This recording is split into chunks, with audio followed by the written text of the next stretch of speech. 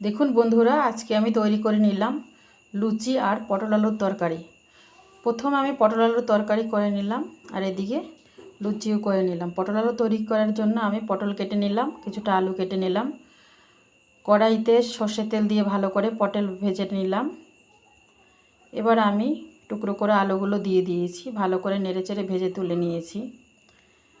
কড়াইতে আমি একটু পেঁয়াজ রসুন আদা বাটা দিয়ে দিয়েছি, লঙ্কার গুঁড়ো দিয়ে দিয়েছি, দিয়ে ভালো করে কষে পটল আলু দিয়ে দিয়েছি। এবার আমি এর মধ্যে জল দিয়ে দিলাম। ভালো করে সবজিটা সিদ্ধ হয়ে যাওয়ার পরে এর মধ্যে আমি নুন মিষ্টি দিলাম আর ভাজা মশলা দিয়ে দিলাম, ধনে জিরের গুঁড়ো আর একটু গরম মশলা। এভাবে আমি পটল আলুর তরকারিটা করলাম। আর সঙ্গে লুচি গরম গরম খেতে খুব ভালো লাগবে। অবশ্যই রান্নাটা করে খাবেন। সবাই ভালো থাকবেন, সুস্থ থাকবেন।